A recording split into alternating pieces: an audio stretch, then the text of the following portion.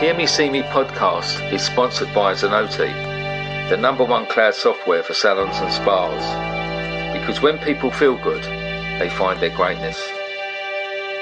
I am Stuart Roberts, and I'm really excited to introduce my new podcast, Hear Me See Me. It's just over 5 years ago. I did something that changed my life. What it did, more than I could have ever realised, it helped me. I have met some absolutely amazing people. Some of the people that work in some of these places, many of them are volunteers, but some of them it is their job. I'd had this idea after being inspired by a guy in America I'd seen cutting hair on the streets and seeing the difference it made to the guys who were there. This is more than a job. This is a calling. Hello, this is Stuart from Hear Me See Me podcast, and today I've got someone I'm very interested in speaking to. I've not spoken to her before. This is a new conversation. Today I'm talking to Claire Francis, who has got an Instagram account called Counselling with Cancer, but I'm sure it's a lot more than that. Hello, Claire. Hello, how are you? Yeah, really good. Sorry to take you inside on such a hot day. I do apologise. I know you'd much rather be in the garden. I'd much rather be on the beach. yeah, you both. But so tell me about first. I was drawn to your Instagram account. So tell me about Counselling with Cancer to begin with. Okay, thank you.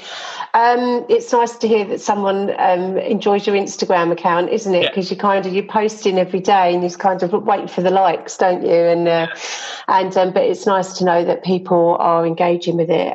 So thank you. And so what happened for me really is in the counsel. How I led into Counselling with Cancer was I was made redundant from my job, and a few years ago now. And I was thinking, what am I going to do? Because age isn't on my side, and I'm in administration, and the younger generation is overtaking with computers and stuff. And I thought, what is it I really want to do? What is it? What would I do if I went back in time? And I've always wanted to be a counsellor. And I had counselling after I had my first daughter, because she was 6 weeks premature and she was only £4. And so I had postnatal depression, and I went for counselling. And as soon as I sat in that chair, I was like, I'd love to do that one day. I'd love to be able to help people. And so I dipped my toe in when I was made redundant. I got some money and I dipped my toe in thinking I'll just see what it's like. And then it was 5 years later, because I did part-time studies because I had to go back to work to pay the bills. And I dipped my toe in, and then 5 years later qualified as a counsellor. And because I was working full time, I was a mum and everything else that comes with it. I thought, never again. I can't face anything again. But I didn't want to lose my skills. I wanted to gain my skills. And I saw a application come up at Macmillan in Surrey, in East Surrey Hospital. They've got their own Macmillan Centre there. And I applied and I got the role. And that was 3 years ago. And that's where counselling, I didn't know what to call myself when I wanted to start an Instagram account, build a business, get a website. And it was just that it was Counselling with Cancer that kind of, it just made sense. Although counselling expands into so many, as you know, so many different areas. Mm. So that's kind of where it came from. Yeah. And I'm still at Macmillan now. Yeah. So have you had any personal incidences with cancer? Like your friends and everybody, I suppose, haven't they? Yeah, everybody. I mean, I always hashtag. I've started a hashtag. Cancer changes everything forever, and really, I should. Talking to you now, I think I should change. I should do a hashtag. Cancer changes everyone forever, because it affects everybody, doesn't it? you've got the person that's been diagnosed, and you've got the family, the friends, the work colleague. It's a ripple effect. And a bit like addiction, really, isn't it? It has that ripple effect on the whole family. And when a friend of mine, he was Axel, God bless his soul, he was 30 and he passed away with cancer.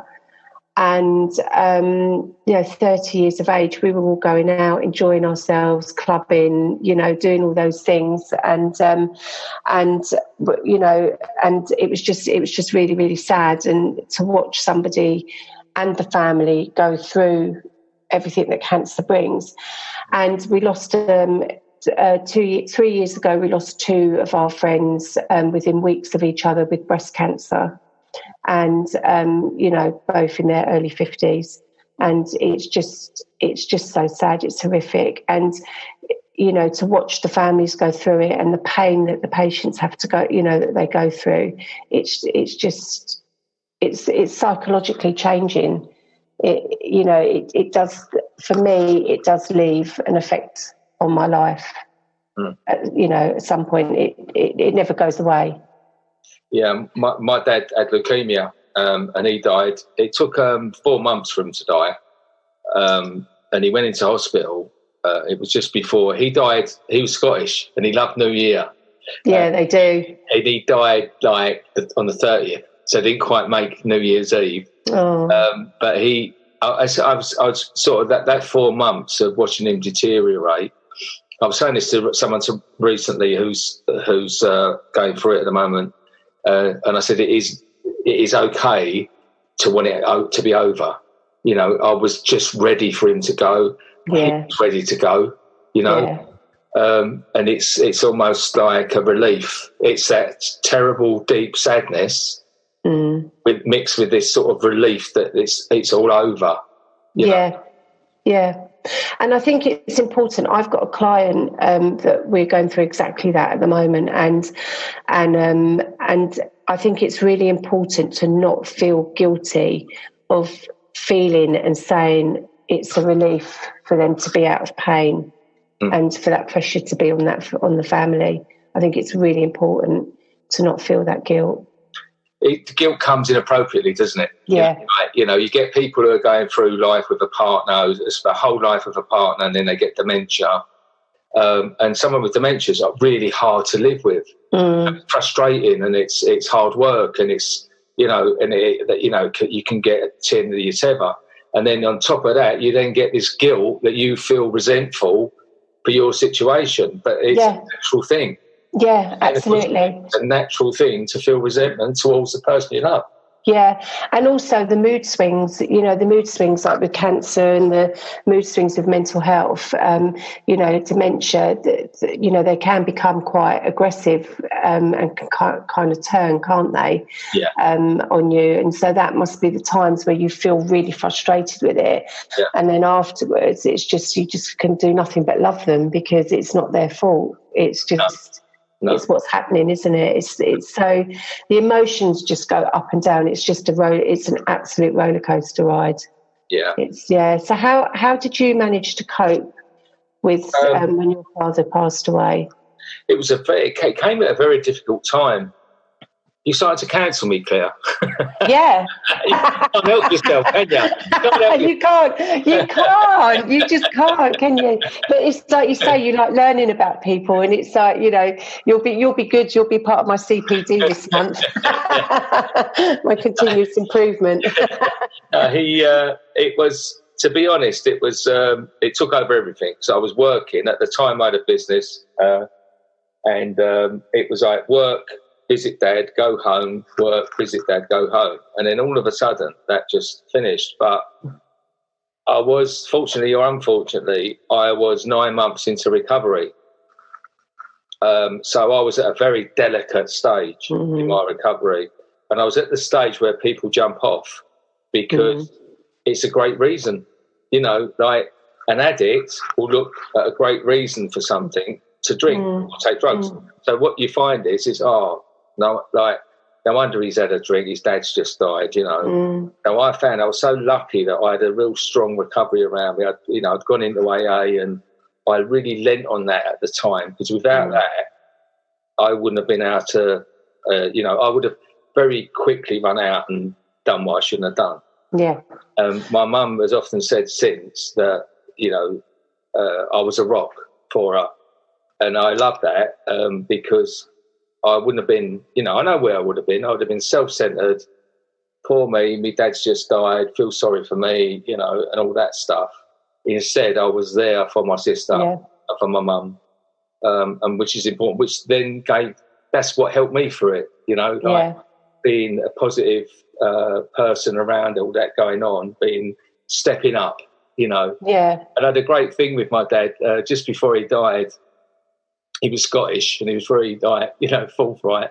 And I was looking for a bit of praise, we all have a bit of praise. And I was 9 months in, and I said to him, he was very quiet. I've been sitting there for a while. And I said to him, oh, well, at least I've stopped drinking, Dad.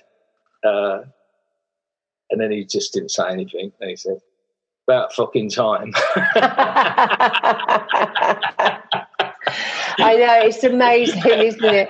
It's listen, you know what? It's amazing what that AA. I'm 12 years in recovery. Oh yeah, and 12 years in recovery, and my mum passed away from alcoholism.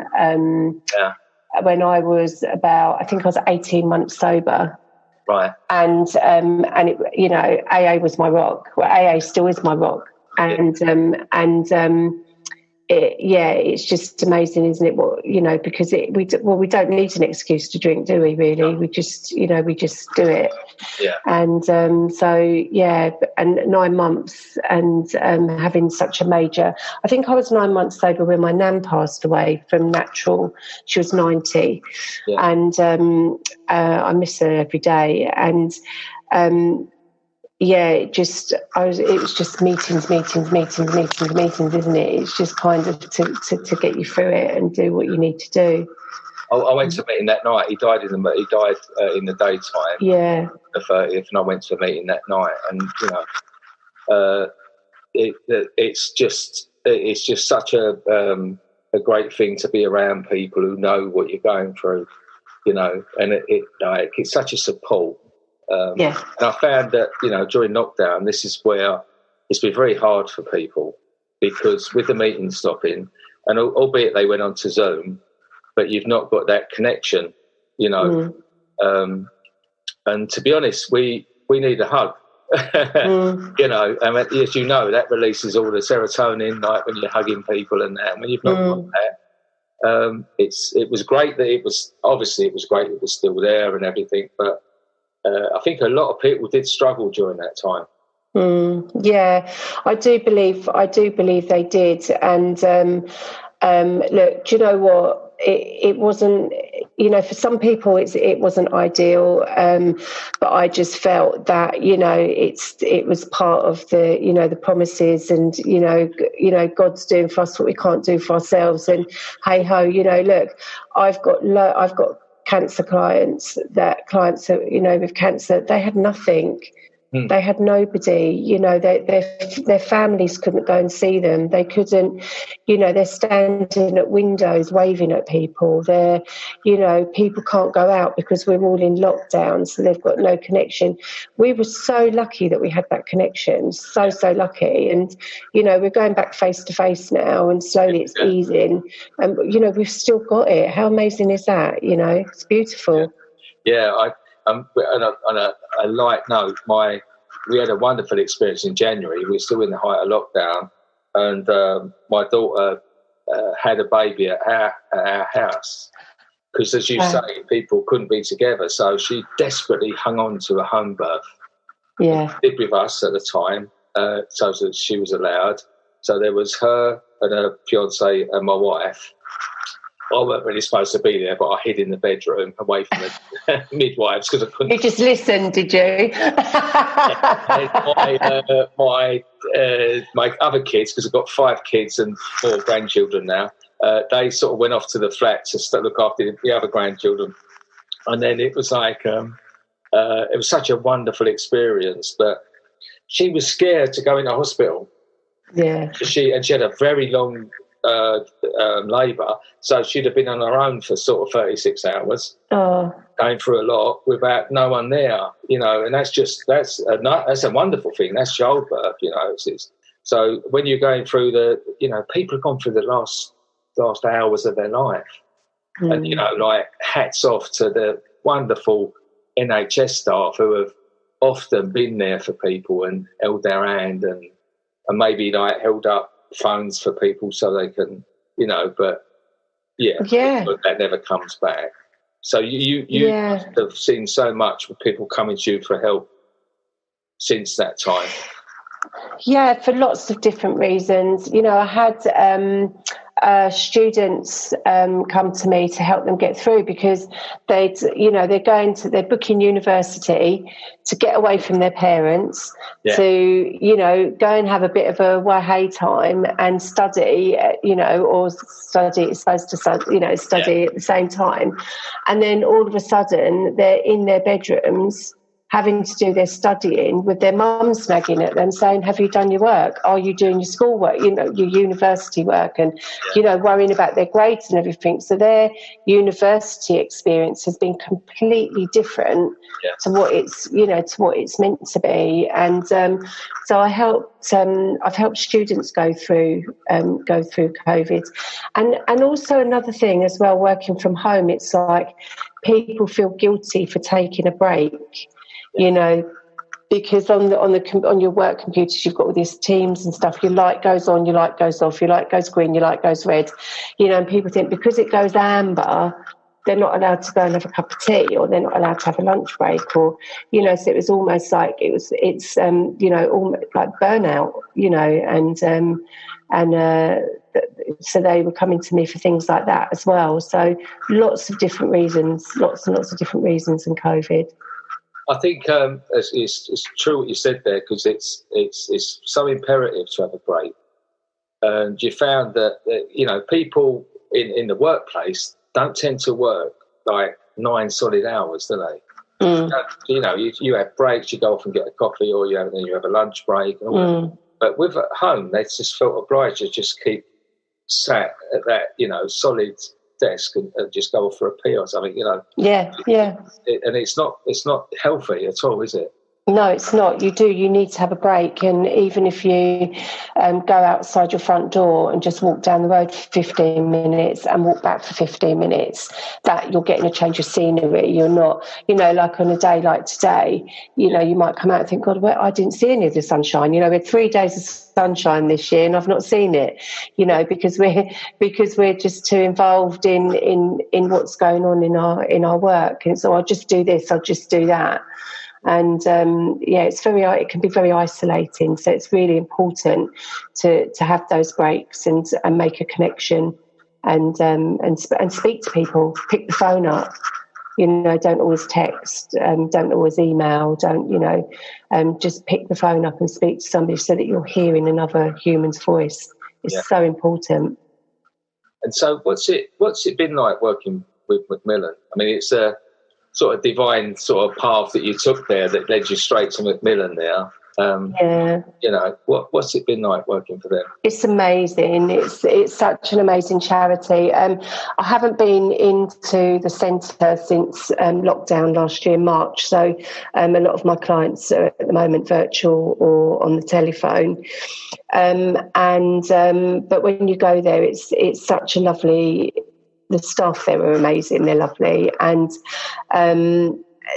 they just can't do enough for you. They just the patients come in, or they might pop in between waiting for appointments, or they'll pop in and see what Macmillan's got to offer, and it's just such a kind, peaceful, empathic place to be. It's beautiful, it's as beautiful as it can be. Yeah. And it's just an amazing charity. I'm on lots of charities now. I'm on the charity, on their listings, on their resources, the Pink Ribbon Foundation. That's quite a big charity, so I'm on there. And Cancer Care Map, I'm on there. And there's another charity called Warrior Kind. So they started off as a very small mental health business, and now they are opening up. Now they're just waiting for their charity number to come through, and they'll become a charity. So I'm on quite a few different lists now. Which is good. So, and they're all amazing, they're all amazing. And I think, volunteering, the reason I was asked how long will you stay at Macmillan for by my supervisor,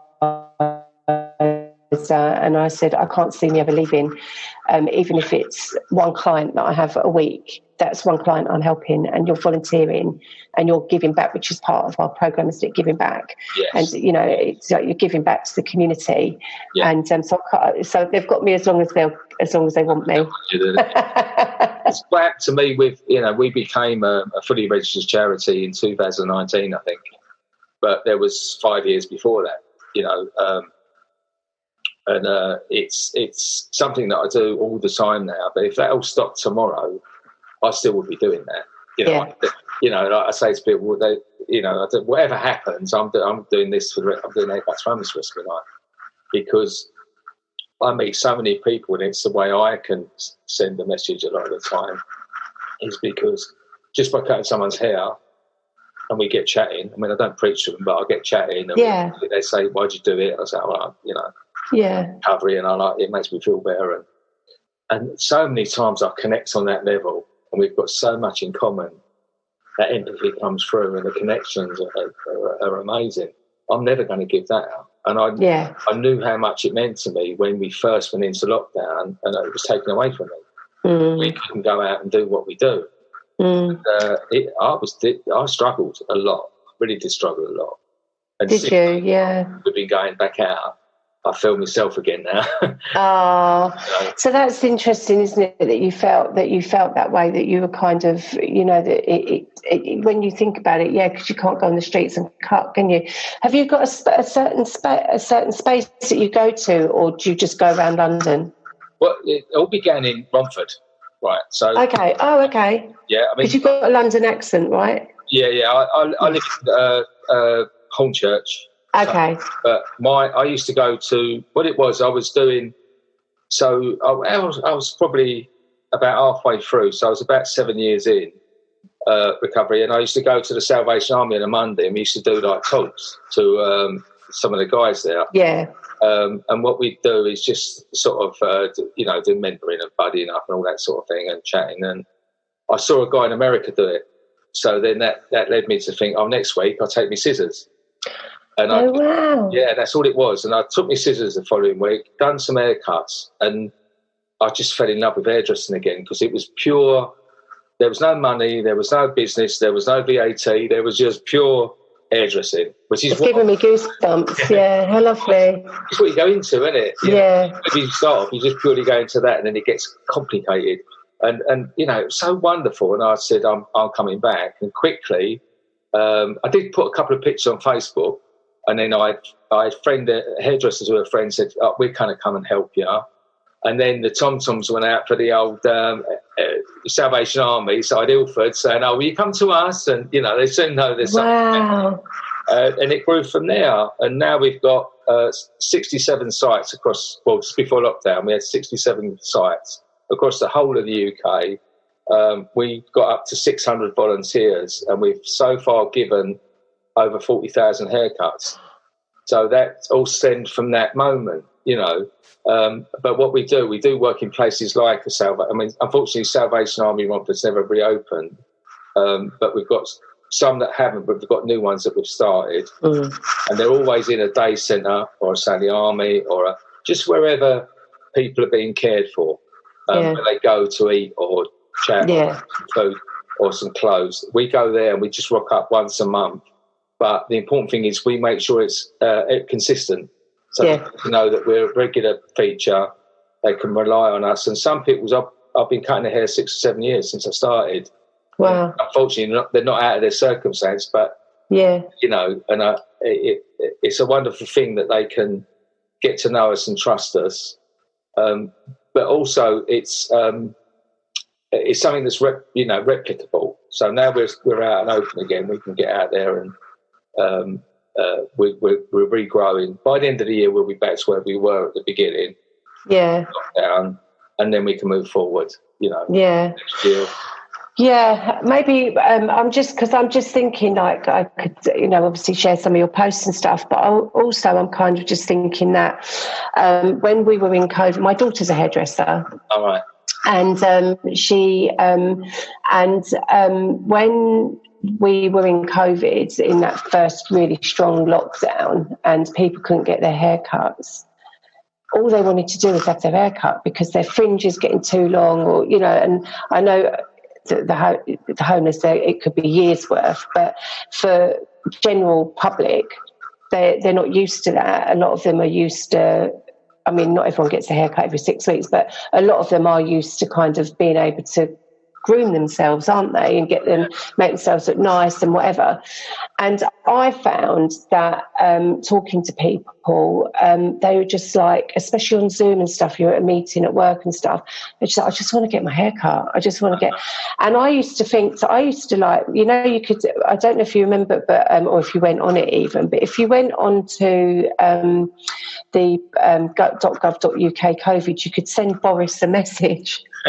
And I used to send Boris a message saying, please, can you just let people get their haircuts? Do you know what I mean? Because I think it improved people's mental health. Definitely. When they had their haircut.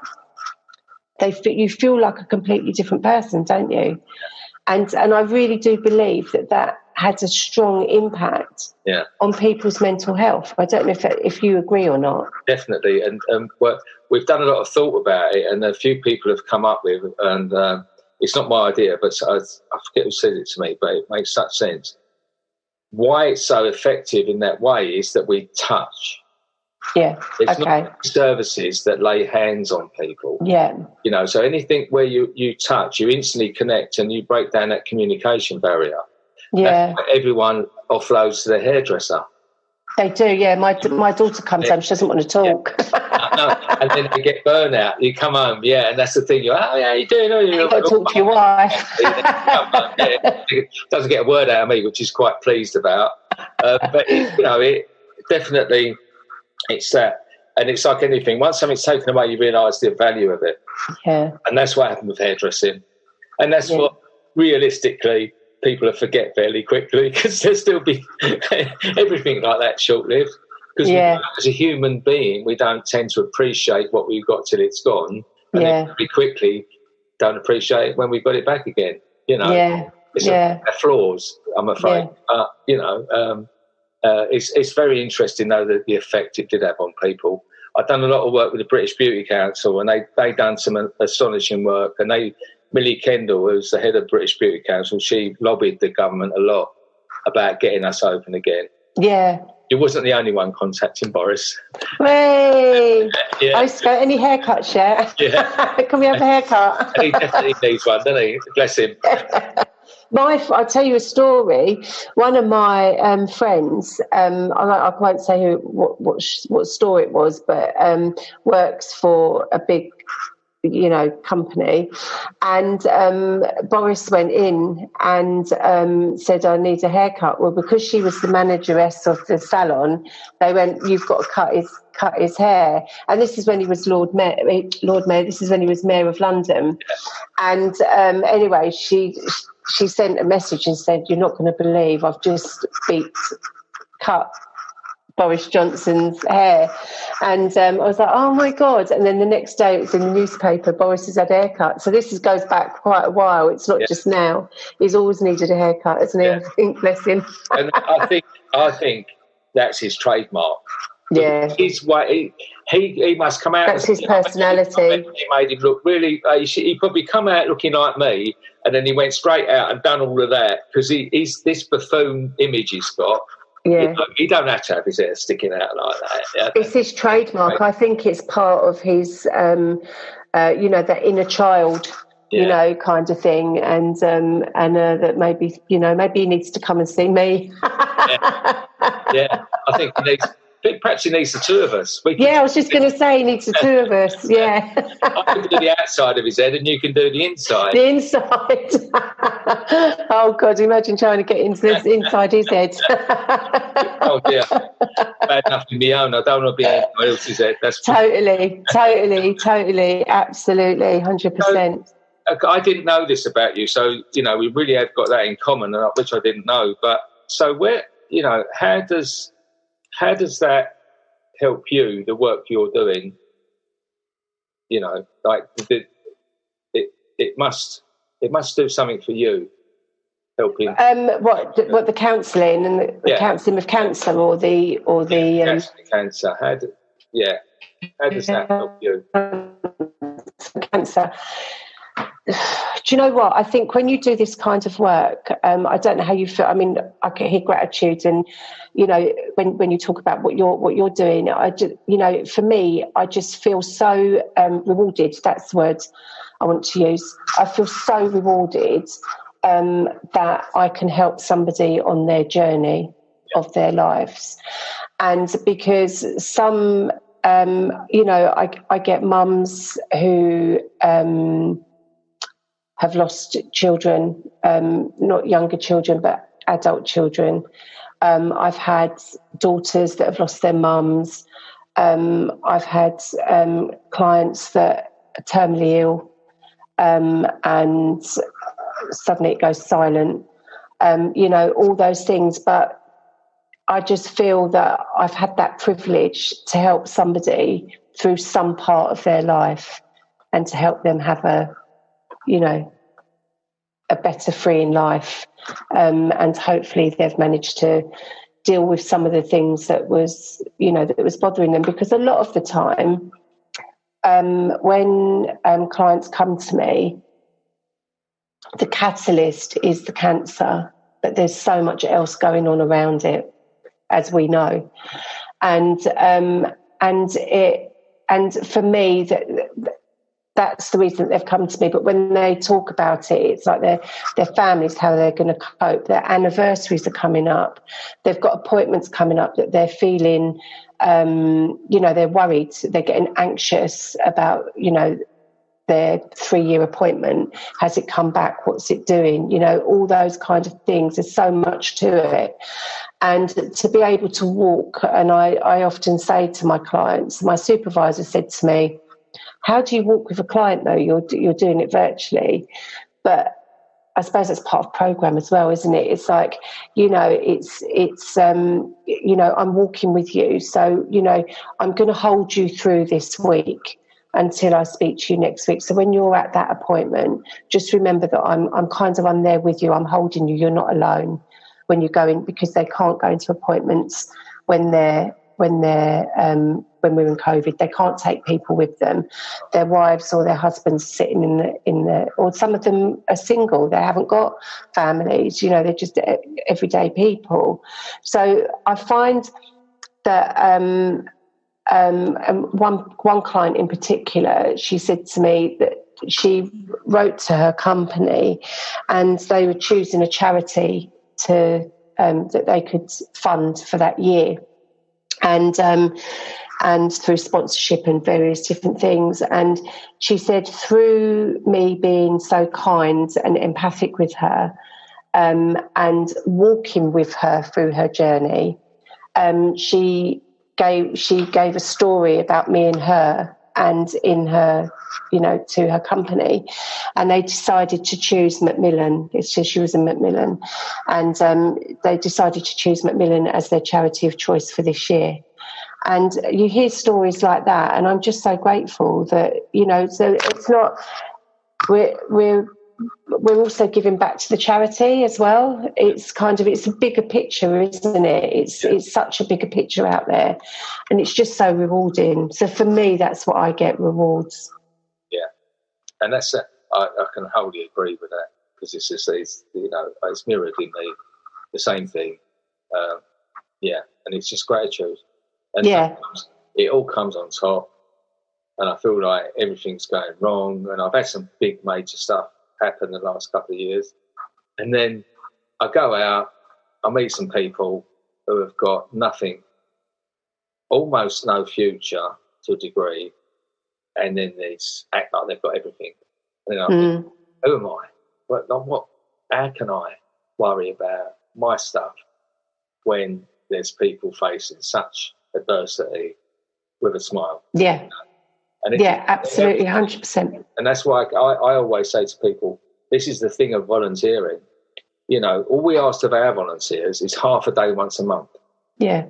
And I think, and I value that. I value that incredibly, that they give us that half a day once a month.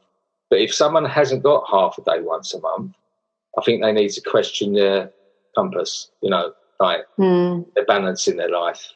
Because I think the ones who haven't got that probably do need it more than anyone, and would really benefit from it. Because volunteering, you just can't underestimate the feeling that it gives you to help somebody else. And I wonder whether I was just thinking while you were talking there, like homeless people, how do they cope when they get cancer? I've met them. I've met them, and there are things, and there again, there's like good centres and there's not so good centres. So some have a lot of support, offer a lot of support. Some aren't able to offer much. Some slip through the net. Some, you know, like we've done a lot of work with Samaritans. So, you know, they're a great open platform for people to go to as well. We worked with their Listen campaign as well, because they picked us because of the chatting, you know, while having a haircut. But it's hard. I mean, I've had people come in to a session, and you know, they come in on a wheelchair, and then then he won't be helped, tip himself up, drag himself to the chair, get him on the, you know, and you think it's bad enough to be homeless in the freezing cold. In that situation, you know, someone, you know, we've got people. We've got a wonderful project in Manchester, and we'd done some street work there, and there was this guy who took it on himself to protect my lady to go round, and he had no legs. Oh, see, wheelchair, and he's going round making sure that no one gave her any hassle. Yeah. It's like, you know, like you just think this wonderful humanity out there. Yeah. Absolutely, it's a shining example to all of us, isn't it? Really? Yeah.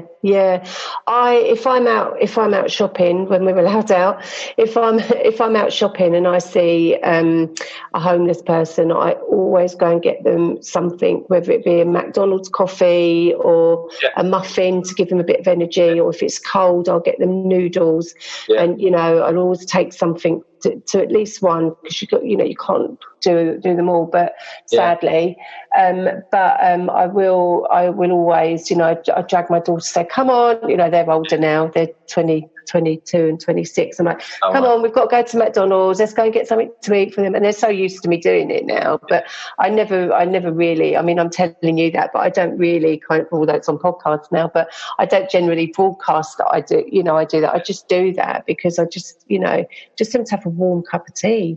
It must be something for them, you know. I think as well, acknowledging, you know, it's more than the tea, it's the fact that another human being has not acknowledged your existence. Yeah. The biggest thing we find is people say that they just feel invisible. Yeah. And that, you know, that people just don't even see them. And for someone, it's not the tea itself, it's the ego. That acknowledgement. I always say, you okay? And, you know, just try and have a little bit of voice contact. But some of them are so frightened, aren't they? Because they don't know what you're coming towards them for. You know, they just, you know, they're a bit, you know, I noticed that I'm very wary. I always try and put the cup out first so that they can see I'm offering something, you know. But it's unfortunate, you know, they get attacked a lot. You know, it's a bit, or I think I said to a guy once, how comes I see a lot of you guys like sleeping around in the daytime? He goes, well, it's not safe at night. Oh, so that's why they sleep at sea. I've learnt something today. Yeah. So that's why they're up and around at night and they're asleep in the day. Because, like, they're a target in a doorway at night. You know, there's sort of people they'll come out of pubs, Yeah, so I ain't been one for a while. Yeah, pubs. They come out and give them a kicking. Like it's almost like a sport. So sometimes they don't feel safe. And then when they're in the daytime, when it's light, then everyone's about. There's a lot more people about. They just feel. It's not. That's when they can get their head down. That was someone's opinion, and it made sense to me once you said it. But it does make perfect sense, doesn't it? Because I think that why they sleep in the daytime, I do think that as well. And because you just take it again for granted that day and night, you go to bed. Yeah. I've got a roof over my head, and in the morning I get up and work. You just take it for granted, don't you? Well, to finish, what's your future plans for your work and what you do? So I just want to continue doing what I'm doing and see where the path takes me, really. And it's growing and it's out there, and just try and help as many people as I possibly can. I think when you're in this line of work, there has to be that kind of aspect somewhere, that being that people's person and that, that caring person. And I don't know if you feel the same way. I just learn so much. Yeah.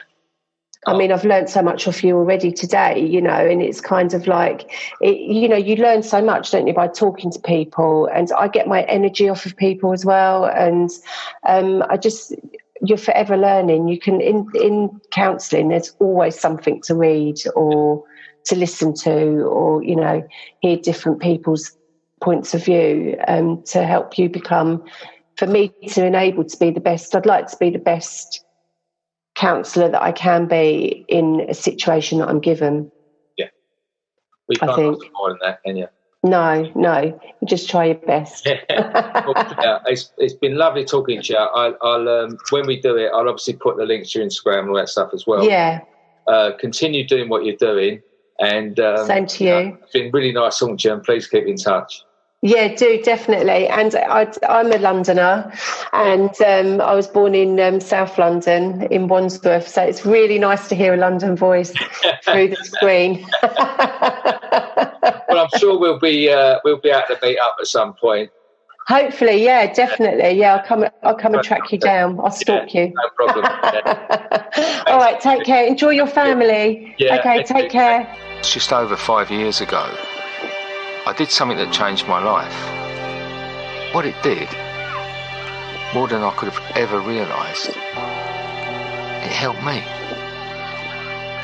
I have met some absolutely amazing people, some of the people that work in some of these places. Many of them are volunteers, but some of them, it is their job.